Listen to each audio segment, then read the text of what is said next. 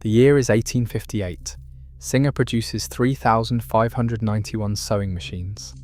Wheeler and Wilson produces 7,978. Grover and Baker produces 5,070. Singer sits in third place. Singer is already a household name. Wheeler and Wilson is outselling them by more than 2 to 1. Wheeler and Wilson will go on to sell nearly 2 million machines before the company disappears entirely in 1905. Most people today have never heard of it. The 1840s. Every piece of clothing worn in the United States is sewn by hand. A single man's dress shirt takes 14 hours to complete by hand. A coat takes longer. A family's entire wardrobe represents hundreds of hours of labor every year, most of it done by women. On September 10, 1846, that changes. Elias Howe Jr. receives patent number 4,750, a sewing machine built around an improved lock-stitch design. It is the first practical sewing machine in the United States. Howe's machine works, but it is not enough. Other inventors immediately begin improving on it, filing their own patents and building their own companies.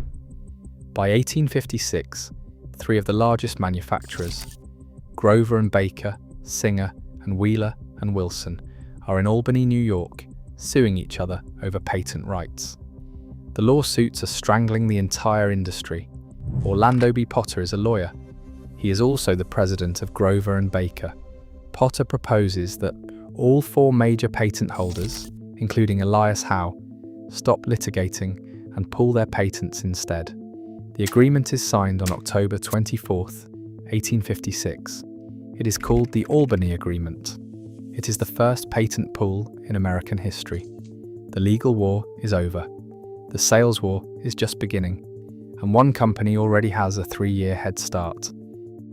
Allen Benjamin Wilson was born in 1824 in Willett, New York, a small farming town in Cortland County. At the age of 11, he was indentured to a farmer.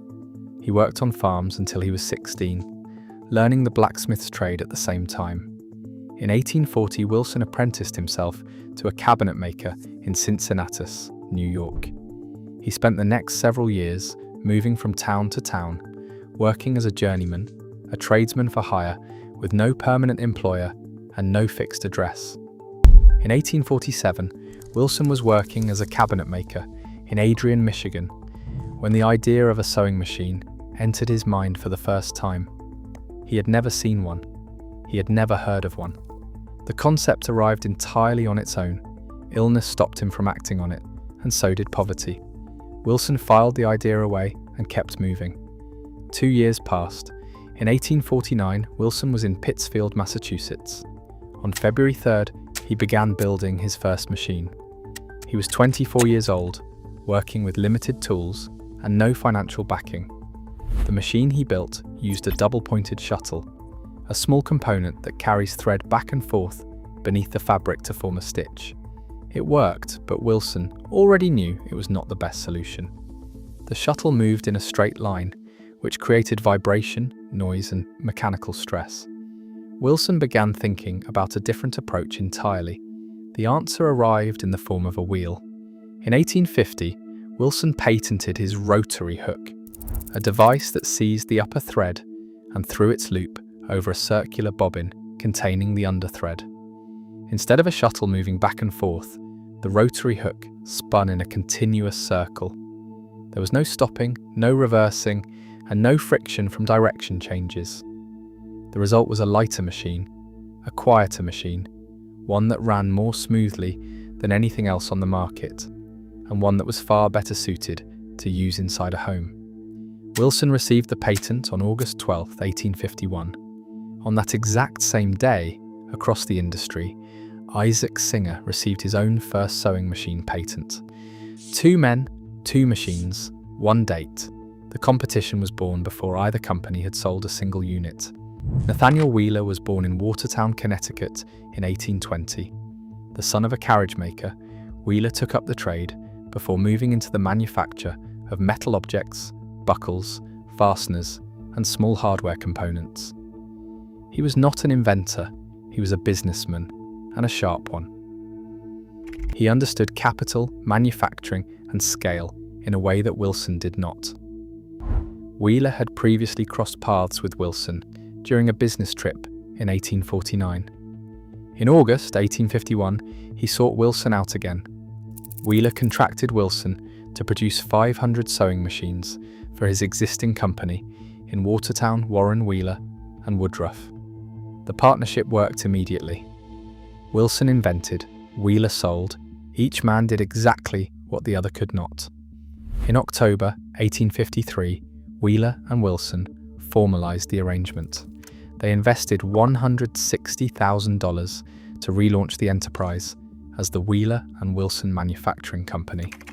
Alanson Warren served as the company's first president. George P. Woodruff served as first secretary and treasurer. In the first 3 years, the company produced 3,000 machines. The numbers were modest.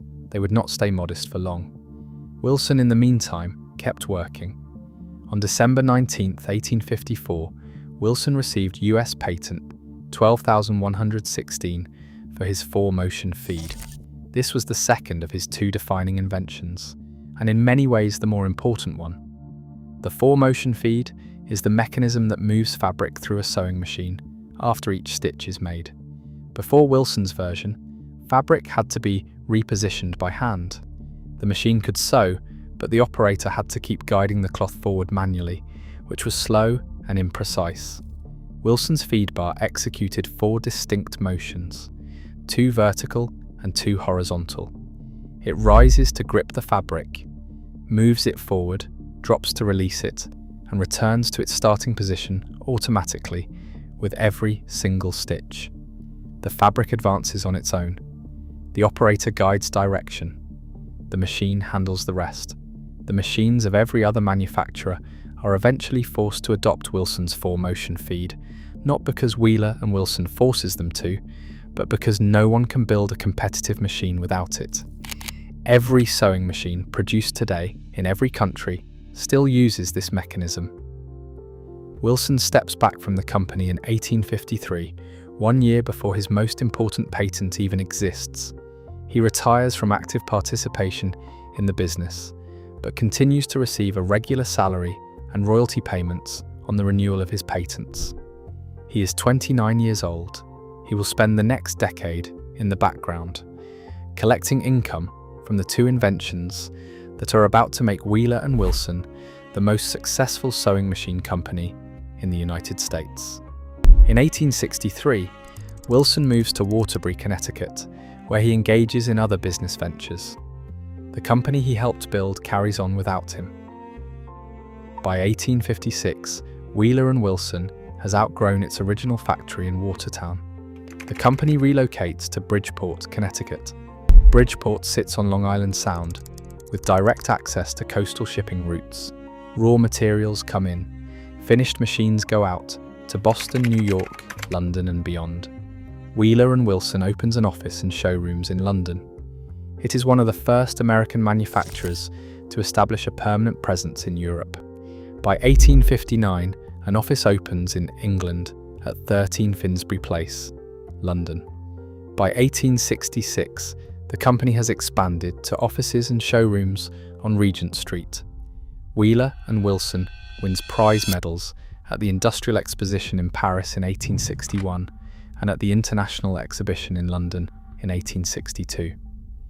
These are not honorary certificates. They are competitive evaluations, judged by engineers and industry experts against every major manufacturer in the world. Wheeler and Wilson wins both. The sales numbers reflect what the awards confirm. By 1859, Wheeler and Wilson holds the most sewing machine sales in the entire United States.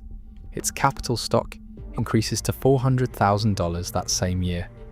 In 1861, the company sells 19,725 machines. In 1862, it sells 30,000. By 1865, production reaches 50,000 machines per year. By 1864, the Bridgeport factory is producing 40,000 machines per year, almost double Singer's output. Production continues climbing. In 1871, Yearly output reaches 128,526 machines. That peak, 128,526 machines in a single year, represents a company operating at full industrial power. The Bridgeport factory covers several acres. It employs hundreds of workers. It manufactures needles, wooden cabinets, and metal components under one roof. The machines themselves are the reason buyers choose Wheeler and Wilson over Singer. The rotary hook runs quietly. Singer's shuttle-based mechanism clacks and vibrates with every stitch. In a home environment where the machine sits in a parlour or a bedroom, the difference is immediately noticeable. In 1861, Wheeler and Wilson introduces the glass presser foot. The glass allows the seamstress to see the stitching directly beneath the needle, making it possible to sew very close to an edge with precision. Singer has no equivalent. The 4-motion feed produces a stitch that is exactly even on both sides of the fabric. No threads show above the surface that could wear down and cause the seam to rip. This matters to the women buying the machines. A seam that holds is not a small thing when a family's clothing is hand-assembled one piece at a time. Wheeler and Wilson's machines cost more than Singer's. The company knows this. It accepts it. The machines are better, and in the 1850s and the 1860s, better is enough. In 1858, Singer produces 3,591 machines. Wheeler and Wilson produces 7,978.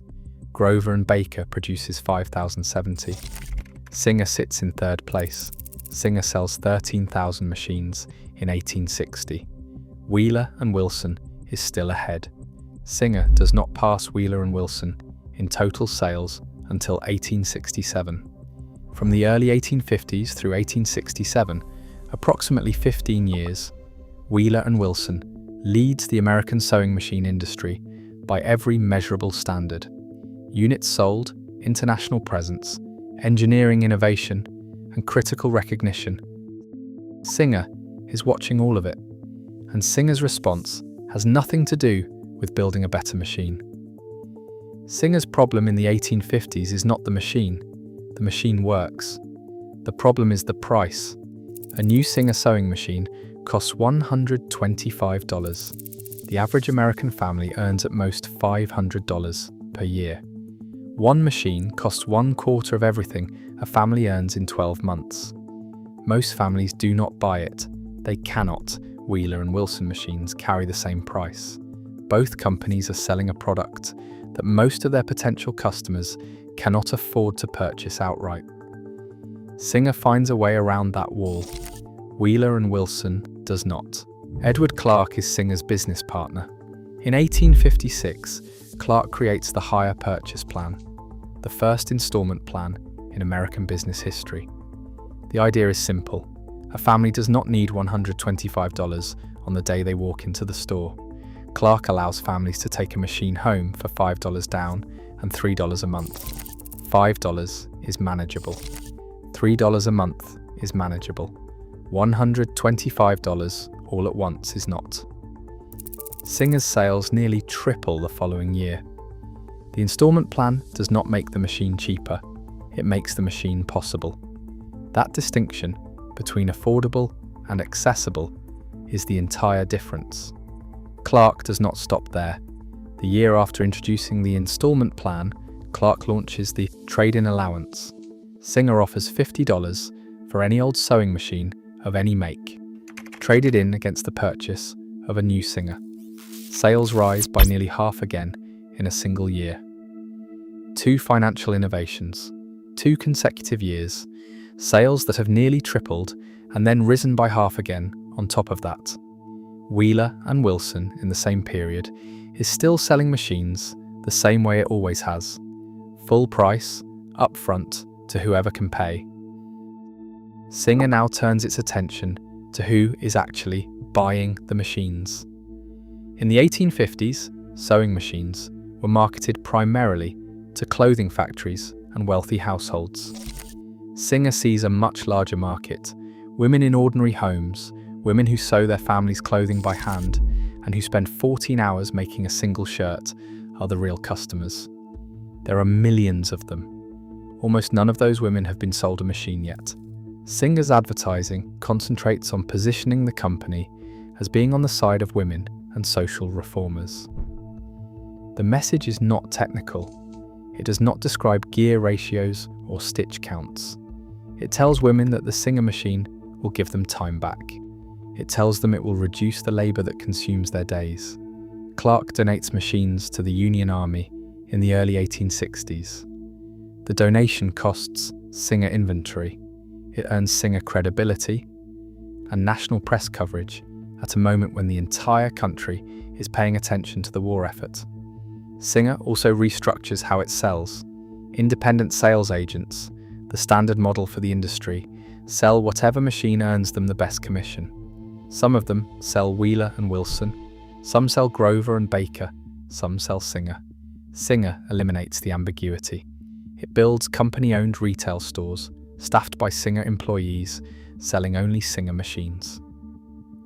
Every person who walks through the door of a Singer store is talking to someone whose only job is to sell Singer. Wheeler and Wilson continues to rely on independent agents. By 1867, the gap closes. Singer passes Wheeler and Wilson in total sales. Wheeler and Wilson does not collapse immediately. But the pressure underneath the company is structural, and it has been building for years. Alan Wilson's patents are the technical foundation of the company. The rotary hook and the 4-motion feed are what make Wheeler and Wilson's machines better than Singer's.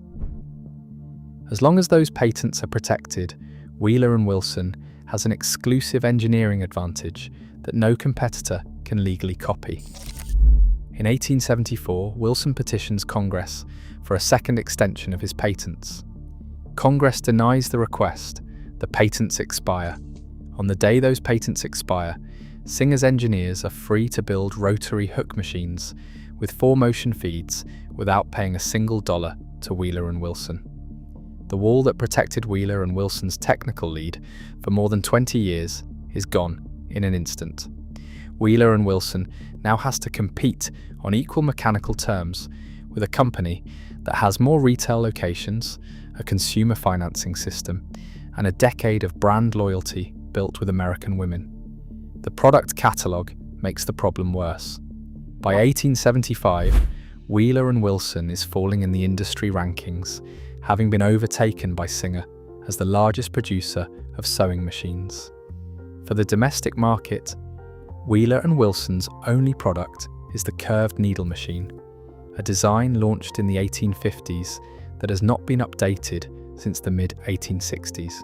20 years of production, one design, no updates, no successful hand version of the machine is ever developed. The disc bobbin holds very little thread, creating feed problems with the coarser threads of the period.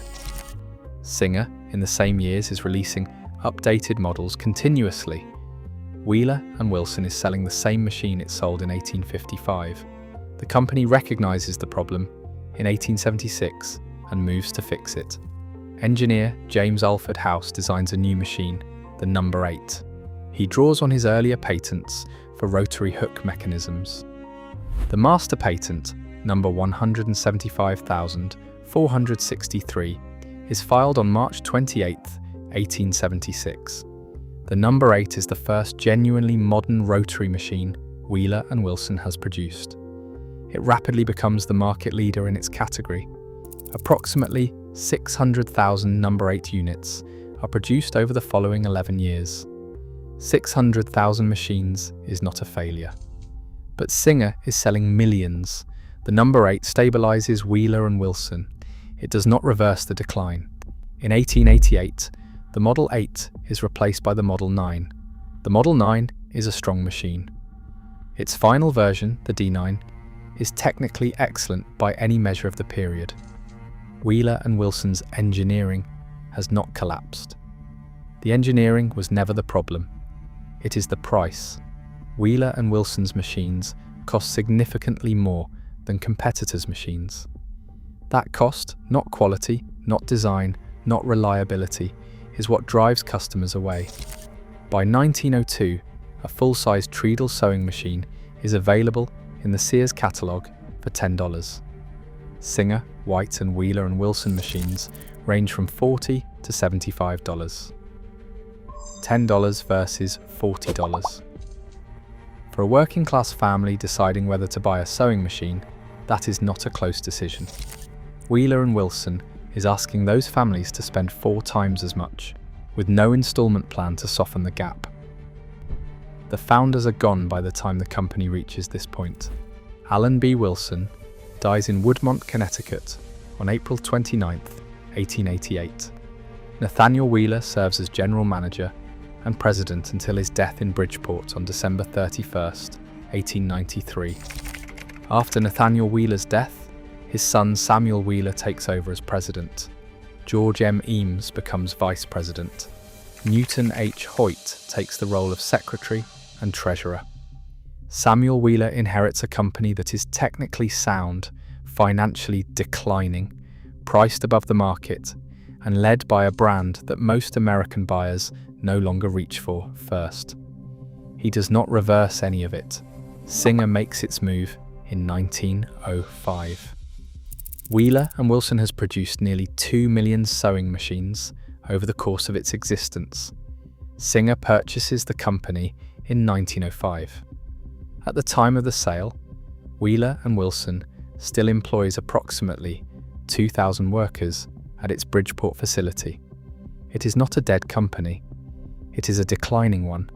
Singer buys it because the Bridgeport factory is valuable, and because eliminating Wheeler and Wilson removes the last American manufacturer with the scale and history to challenge Singer's dominance. Singer does not keep the Wheeler and Wilson name. The D9, Wheeler and Wilson's final domestic model, is immediately rebranded as the Singer 9W1. Singer works through the remaining Bridgeport stock, then replaces Wheeler and Wilson's ornamentation and branding with its own. Singer continues to manufacture the number 9 model under the Singer name until at least 1913. After that, it is discontinued. The last physical trace of Wheeler and Wilson's product line is gone. The name follows. Within a decade of the acquisition, Wheeler and Wilson appears on no storefront, no advertisement, and no machine anywhere in the world. A company that held the top position in American manufacturing for 15 years, that produced nearly 2 million machines, that invented the 2 mechanisms found inside every sewing machine made today, is completely erased. Allen B. Wilson's rotary hook is in every sewing machine currently in production. His 4-motion feed is in every sewing machine currently in production. His name is on none of them.